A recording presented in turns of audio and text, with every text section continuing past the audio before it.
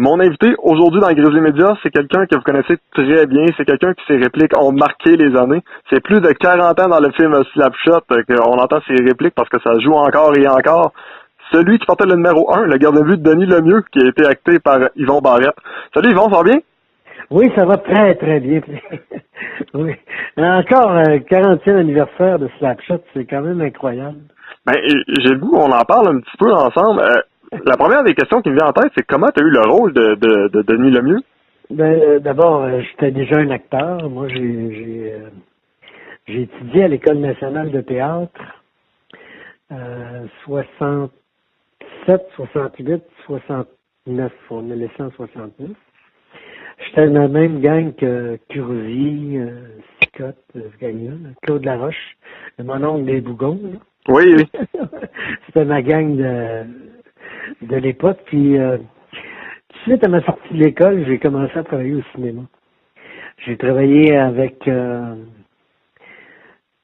Pierre Harel, Bulldozer, qu'on a tourné en Abitibi. J'ai fait La vraie nature de Bernadette avec Gilles Carle, Les corps célestes. Puis, je suis parti du côté du cinéma. Je te dis ça parce que quand George Royal et Mike Fenton sont venus à Montréal pour trouver short, squat, French Canadian pour jouer le rôle de Denis Lemieux, il était guidé par mon ami Donald Pilon, avec qui j'avais fait 2 des films de Carl, La vraie nature de Bernadette et Les corps célestes. Puis, il était installé au Ritz-Carlton. Ça faisait une semaine. Ils ont passé peut-être 200-300 personnes en audition pour jouer le rôle. Mais ils trouvaient pas ce qu'ils voulaient. Puis le directeur de casting, Mike Fenton, c'est quelqu'un qui est une espèce de génie en la matière. C'est lui qui a fait la distribution de Vol au-dessus d'un nid de coucou. Oui. Je sais pas si tu te rappelles oui, avec Jack personnages. Ouais, mais tu sais, il trouvait ces personnages dans des bars, souvent, dans des lieux hétéroclites, mais il cherchait quelqu'un, comprends-tu? Il cherchait quelqu'un, puis à un moment donné, Donald, après une semaine, voyant qu'il arrivait pas à trouver la personne qu'il fallait, il est sorti du Ritz-Carlton, puis en sortant, il dit « Ils vont ». C'est que là, il est retourné dans le Ritz, il est allé voir George Royal et Mike Fenton, il dit « Demain matin, j'ai quelqu'un à vous présenter ». On va aller chez Carl Lamy, c'était la maison de production où on avait tourné La vraie nature de Bernadette et Les corps célestes. Puis il dit, je vais vous présenter un acteur. C'est qu'il leur a montré des extraits de La vraie nature de Bernadette et des corps célestes. Puis ils ont regardé à peu près 5 minutes, puis ils ont dit, on veut le voir aujourd'hui. Moi, je suis à Gaspésie, là, c'était à 500 000 de Montréal. Là. J'ai reçu un téléphone le matin à 9 heures. Une femme du Lion des artistes qui me demande est-ce que ça vous tenterait de faire un film avec Paul Newman. Oui. Je dis oui, oui, ça me tente. On va vous rappeler. Là, j'ai continué de vaquer à mes occupations, puis je transportais du foin avec un de mes élèves. Je repasse devant la maison. Ma blonde était sur la galerie. Elle a dit Yvon, c'est sérieux, viens, Donald Pilon est au téléphone.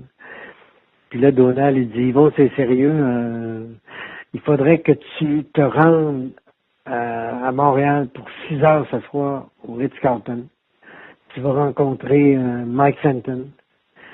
Puis, c'est important, ton billet d'avion est déjà réservé. Il est à Montjoli, à l'aéroport.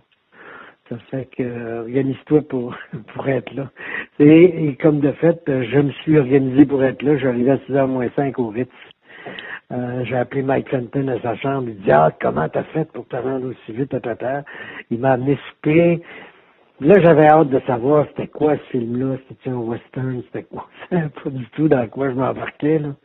Il dit, là, on est allé dans une brasserie pour manger, puis là, il a commencé à me raconter l'histoire du film. Il dit, le film commence sur toi, puis il va vraiment raconter toute l'histoire. Fait que là, je savais à quoi m'en tenir à propos du personnage. On est remonté à sa chambre, puis j'ai lu le scénario d'un couvert à l'autre. Puis quand on a eu fini, il devait être à peu près minuit, lui il m'a donné la réplique de la scène d'ouverture du film. Puis on l'a fait sur tape recorder. OK. Puis quand on a eu fini les 3-4 pages de texte, il a continué à improviser. Et moi, je sais pas comment, mais j'étais déjà un peu familier avec le personnage. Ça fait que j'ai improvisé et puis dès qu'on a eu fini cette entrevue-là, il m'a dit je pense que ça va être correct. Tu vas avoir la réponse d'ici 2 ou 3 semaines. Là. Fait que dans le fond, t'as mis un peu ta sauce déjà en partant. Là. Déjà en partant, Denis Lemieux, t'étais en train de l'incarner. Ben, c'est-à-dire que, regarde, je suis un acteur, hein, puis je suis assez spontané, puis j'ai compris rapidement c'était qui Denis Lemieux, pourquoi il venait au Québec le chercher, pourquoi, tu sais. Le hockey, je suis fan du Canadien depuis que j'ai 3 ans et demi, je suis assez grand pour écouter la radio, là, tu sais. On écoutait ça dans la cuisine avec les autres. Fait que le hockey, pour moi, j'ai joué au hockey quand j'étais jeune aussi. Est-ce que t'étais gardien de but? Hein? Est-ce que t'étais gardien de but? Non, j'ai joué du hockey scolaire. Comme exemple, je suis allé au séminaire de Québec à un moment donné, tout ça. Là. Je suis vieux, j'ai 71 ans, moi. Là. Ça fait 40 ans, le film, là. Tu sais, ça fait un bout, j'avais 29 ans. Comprends-tu? Je veux qu'on s'intéresse à ce qui a, selon moi, popularisé le film beaucoup, la venue des Henson. Bon, on s'entend là-dedans, il y avait 2 vrais frères, il y en a un qu'on a ajouté par la bande. Ouais, Est-ce qu'ils étaient aussi fous qu'on peut voir dans le film? Est-ce que c'était des gars qui étaient assez funnés, des gars de party? Ouais, ben, tu sais, regarde, c'était assez intéressant, là, quand on est arrivé à Johnstown, là, eux autres jouaient pour les Jets de Johnstown. On a commencé le tournage, c'était la fin de la saison. Finalement, ils se sont rendus aux séries. Puis, ces 3 gars-là jouaient. Ils savaient que George Royan était dans les estrades. Ils savaient que Mike Fenton et lui décideraient de qui des joueurs des Jets ferait partie du film. Alors, puis justement, le soir où il allait décider qui jouerait dans le film, il jouait contre les Jarreaux de la Beauce. Ah, en plus. Okay. Oui. Puis il y a un des Henson qui a mis un joueur, où il s'est fait mettre en échec par un joueur de la Beauce devant le banc des punitions. Puis il a accroché le micro avec un pied en métal, en plomb. OK? Oui. Il s'est retourné puis il a donné un coup sur la tête du joueur de la Beauce. C'est intense. Fait que là, le joueur de la Beauce a été mis knock-out, ils l'ont sorti, c'est une civière. Puis lui, je pense que c'est Jeff qui fait ça. En tout cas, il arrache le micro, puis il va le porter à George Royal, puis il dit « Je veux jouer dans ton film. » Ça fait que c'était des sautés. Tu sais, c'était... Ils n'ont pas eu besoin de se créer de personnages. Je veux qu'on parle d'un autre personnage assez mythique, Augie Oglethorpe. Augie, ça, c'est un autre affaire complètement. Et voilà. Oui. Augie Oglethorpe, lui, c'est un vrai joueur qui jouait dans cette ligue-là. Et puis, il n'a pas joué dans le film. Ils l'ont pas pris pour jouer dans le film parce qu'il avait peur qu'il blesse Newman. Tu sais, c'est un gars assez flyé, là. Moi, je l'ai connu. Ça fait... je suis revenu dans le film, disons, faire des choses avec Slapshot juste en 2002. OK? Ça veut dire que pour moi, ça a été tranquille de 77 à 2002. Slapshot, là, on avait eu la première à Montréal, je l'avais vu une couple de fois. Bon, c'était un film que je trouvais amusant, mais la réaction des gens quand il y a eu la première à Montréal, là, ça partait pas ces chapeaux de roue, là. La première était à Plaza Alexis-Mignon. Il y avait une représentation à 5h30. La première était à 7h30. On était dans le hall d'entrée. Il y avait Nancy Dowd, la fille qui a écrit le scénario. Il y avait plusieurs. Il y avait Ponton. Il y avait Alan Nichols qui joue le capitaine maintenant. Oui. Pardon. Il y avait Jean Tétrault qui habite à Blainville. Lui, c'est un vrai joueur des Jets, francophone. Et puis, on attendait pour voir les gens qui sortiraient de la salle, voir s'il y avait eu du fun ou pas de fun, ou comment est-ce qu'ils avaient trouvé ça, ou tu sais. Le premier qui sort de la salle, c'est un monsieur assez âgé, d'à peu près 70 ans, j'imagine, un fan mordu des Canadiens. puis il s'enligne direct sur moi, puis il dit « You're a disgrace for hockey ». Voyons donc. Oui, la première réaction que j'ai eue, là, c'est ça. Parce que lui trouvait que le langage parlé dans le film, c'était pas la vision qu'il y avait des joueurs de hockey en cravate et en habit, comme on les voit. À la télé. Ouais, c'est ça. Alors que Slapshot, en réalité, c'est un documentaire. Quand tu le regardes comme il faut. Nancy Dowd, Puis on parlait d'Ogie Oglethorpe, OK? Oui. Dans le film, le Ogie Oglethorpe qu'on voit, là, c'est Ned Dowd. C'est le frère de celle qui a écrit le scénario. OK? Puis il a pris le personnage d'Ogie Oglethorpe parce que je t'ai expliqué tantôt qu'il avait peur qu'il blesse Newman. Hein? Oui. Bon. Mais le vrai Ogie Oglethorpe, je l'ai rencontré à San Francisco. C'était un gars exceptionnel, il perdait le contrôle complètement. Okay. Il est déjà embarqué dans des batailles générales, alors qu'il était dans les estrades, puis c'était deux clubs c'était pas son équipe qui jouait. C'était quelqu'un qui aimait la violence. Lui, quand on dit il était là. Il avait pas peur de ça, puis c'était, tu sais, à ce moment-là, il y avait une espèce de police dans chaque équipe. Ce qui fait que c'est pas tout le monde qui se battait. Ce qui fait que les joueurs qui avaient besoin de protection en avaient. Puis tu avais comme 2-3 joueurs par équipe qui étaient en mesure de contrôler la discipline. Tu sais? Ouais. Puis lui, Oglethorpe, c'était la job qu'il s'est donné. Il a commencé à jouer au hockey, puis il défendait son équipe jour et nuit. Tu sais? Aussi bien d'un bord après que... Tu sais, c'était un drôle de personnage. Mais vraiment sympathique. Moi, j'ai eu beaucoup de plaisir avec lui. Là, on s'est rencontrés quelques fois, là. Mais c'était ça. Le vrai Oglethorpe, il ne pouvait pas le mettre là. Si on parle de Slapshot, on dit maintenant que c'est un succès. Tantôt, tu le mentionnais en début d'entrevue, comme de quoi que, bon, la première médiatique, ça n'a pas été nécessairement aussi hot qu'on pensait. Qu'est-ce qui fait que le film s'est popularisé avec les années et qu'aujourd'hui, on connaît le succès qu'offre Slapshot dans plusieurs pays, là? C'est drôle que tu me poses la question, puis j'avais le goût de te la poser, la question. c'est le monde qui sont accrochés à ce film-là, parce qu'ils se reconnaissent dans ce film-là. Dans le fond, quand tu regardes ça comme fou, là, c'est une gang de joueurs moyens qui serrent les coudes pour aller finalement chercher une coupe, d'une façon tout à fait farfelue, là. Ouais. Tu sais, c'est tout, là. Mais c'est le fait que ça soit pas. Souvent, les films de hockey sont axés sur une vedette, tu sais, quelqu'un qui est exceptionnel, puis là tu le suis, puis tata. Dans ce film-là, c'est tous des gars attachants, avec pas nécessairement des qualités athlétiques, mais une solidarité qui font que, bon, ben, on peut aller...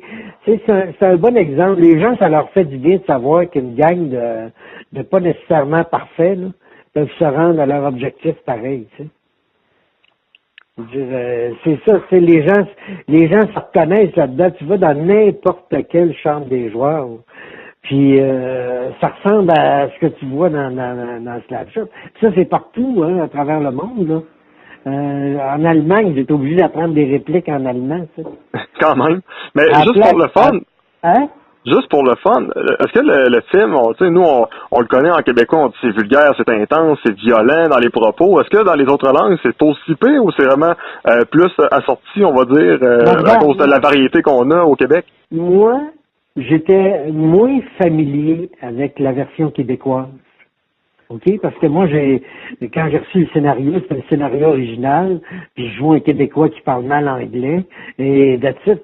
Puis, dans la version originale, quand je dis Are you crazy? He has a big cock like a whore, ça se traduit très mal en français, comprends-tu? Et voilà. Et je trouvais, moi, que mon personnage perdait des plumes dans la traduction.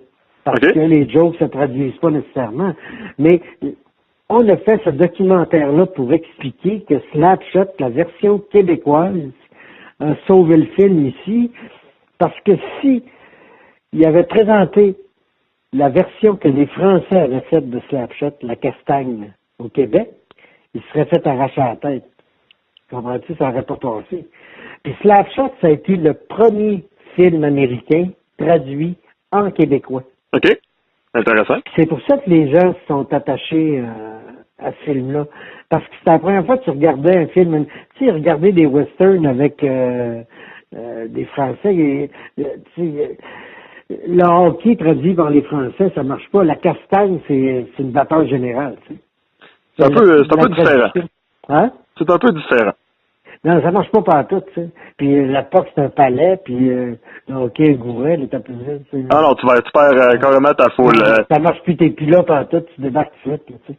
Je te disais en Allemagne, c'était comique parce que eux autres, la réplique qu'ils aimaient le plus, c'est Who owns the Chiefs? Owns. Bon, en allemand, c'est Wingard the Chief. Gieren. C'est ça. Eux autres, c'était leur affaire, tu sais. Ici, l'autre réplique, là, c'est Train Me Right Fucking Now, qui est une réplique que tu peux utiliser très souvent dans des circonstances quotidiennes. Quand ça se fait pas à quelque part. Train me right fucking now. Puis, une autre affaire, c'est que, je te disais, le scénario est plein de répliques que tout le monde connaisse, tu sais. C'est comique, Ah oui. Ah, il y en a plusieurs. Hey, Paul Newman, il était comment dans la vie de tous les jours? Parce que nous, on le regarde, on dit c'est un icône du cinéma, ça doit être quelqu'un qui était plus grand que nature, mais toi, tu l'as côtoyé, comment il était? C'était un des acteurs les plus chaleureux, les plus faciles à travailler avec qui j'ai travaillé. C'était un gars, d'abord c'est un gars extrêmement généreux. Il a créé des camps pour venir en aide aux enfants malades. Il a fait, comprends-tu, il a donné peut-être pour 50 millions dans sa vie, là. C'était un gars consciencieux, très généreux. Il avait déjà 52 ans quand on a tourné. Puis il faisait des longueurs de piscine le matin. On travaillait. Il disait, Yvon, bon, regarde, on pouvait pas sortir avec lui en ville. Il est trop connu, tu sais.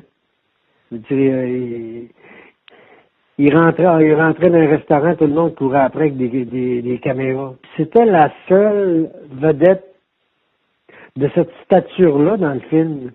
C'est qu'on était, il se tenait avec nous autres, tu sais, c'était le genre de comédien qui me disait, bon, Yvon, on a la scène dans le bar demain matin, tu peux venir si tu veux, je montais à sa chambre, puis on travaillait la scène, puis tu sais, c'était un gars facile.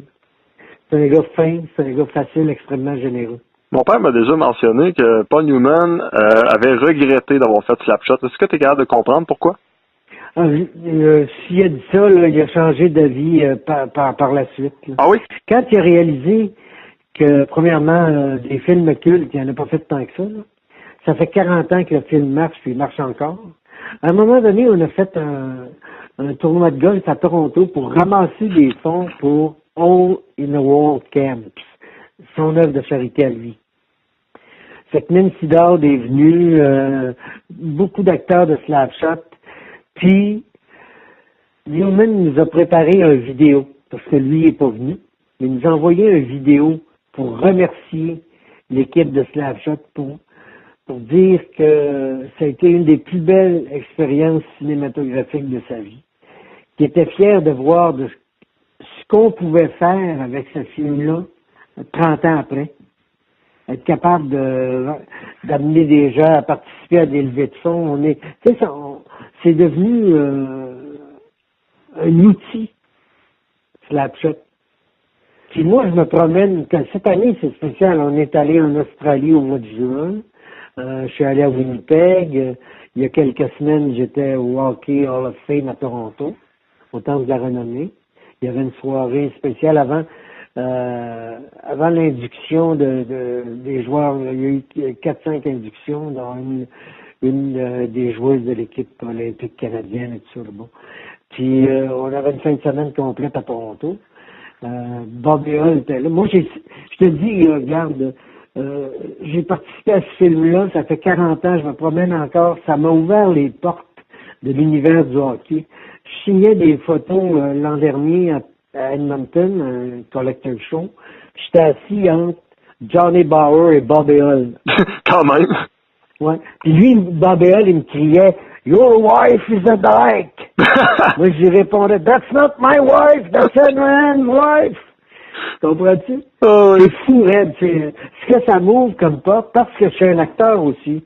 Moi, souvent, quand les sportifs ont fini une partie, ils sont épuisés, ils sont vidés, ils ont rien à raconter aux spectateurs qui veulent des autographes et tout ça. Les Slapshot, je réponds, tu vois, on pourrait en parler pendant 4 heures à matin. Là. Fait que les réunions, dans le fond, avec les fans sont toujours très cordiales et toujours C'est très toujours amusantes. très, très, très le fun. Et en plus, moi, j'ai eu le bonheur d'avoir le rôle le plus comique, si tu veux. Tu sais, c'est un rôle attachant. Les gens qui sont attachés à Denis Lemieux, ils l'aiment. C'est fou. Je vois à Johnstown, le maire de Johnstown, il se prendrait... J'ai dit, regarde ce qu'on va faire. J'ai dit, quand je vais mourir, là, je vais me faire empailler.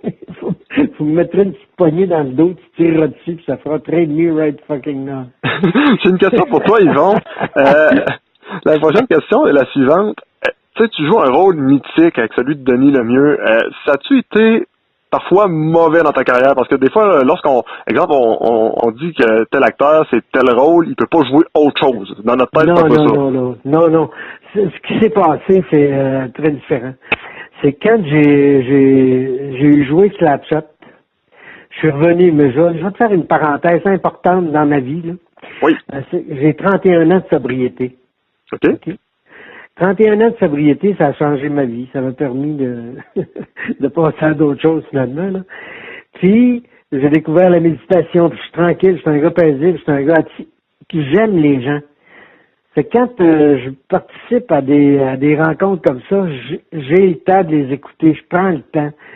Tu sais, comprends-tu, je suis pas avare de mon temps, j'ai des choses à partager.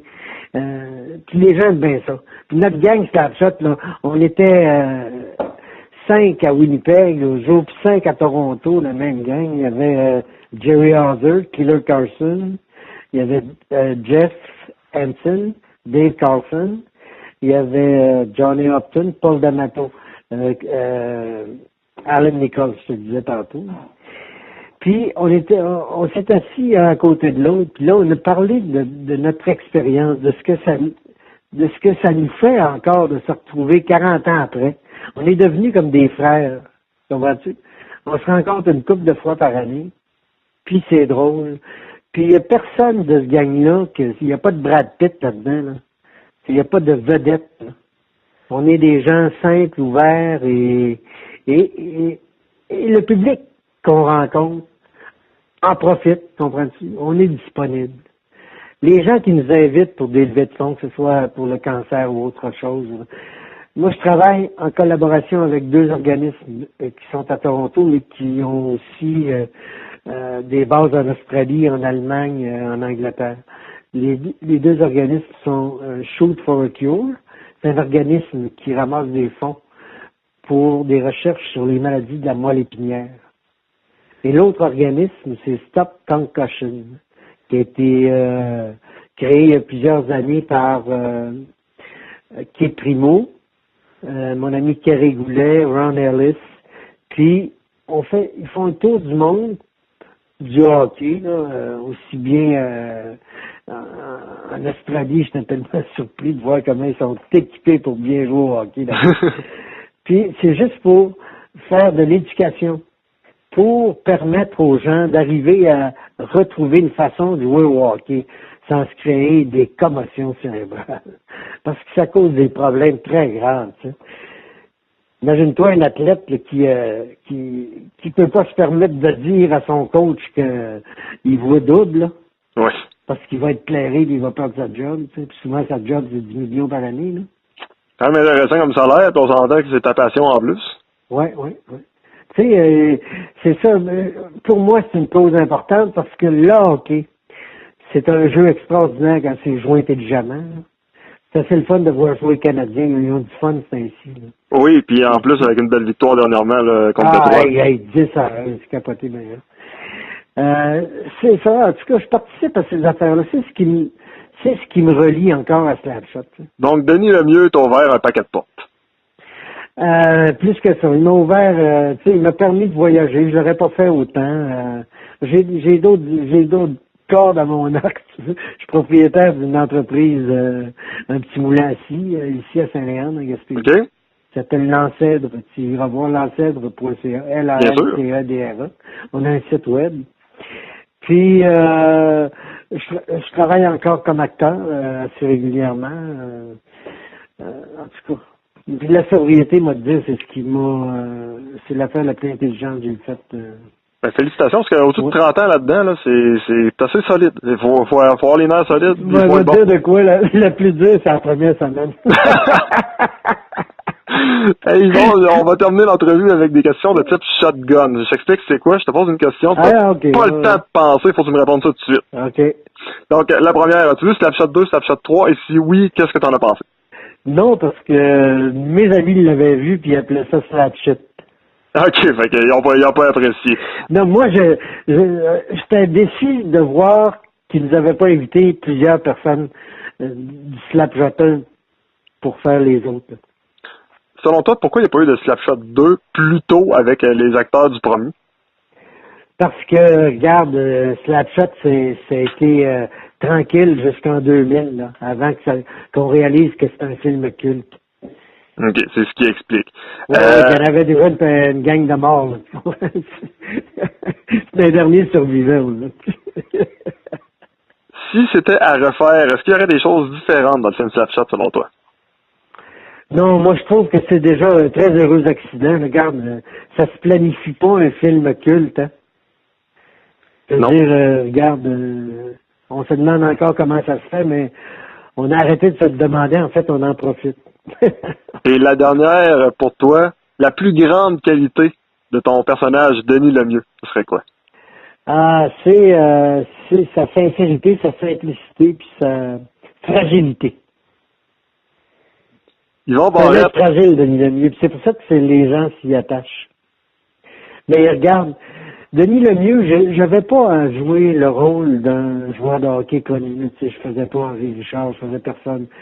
J'avais la possibilité de créer un personnage. Puis quand ils m'ont choisi, George O'Neill et Mike Fenton, ils m'ont choisi pour qui j'étais. Ça fait que c'est ça que j'ai amené. Je me suis pris pour un joueur de hockey pendant les 13 semaines de tournage. Ce sont sûrement 13 des plus belles semaines de ta vie. On a eu du fun. J'en ai d'autres belles, me dire, cette semaine est belle aussi.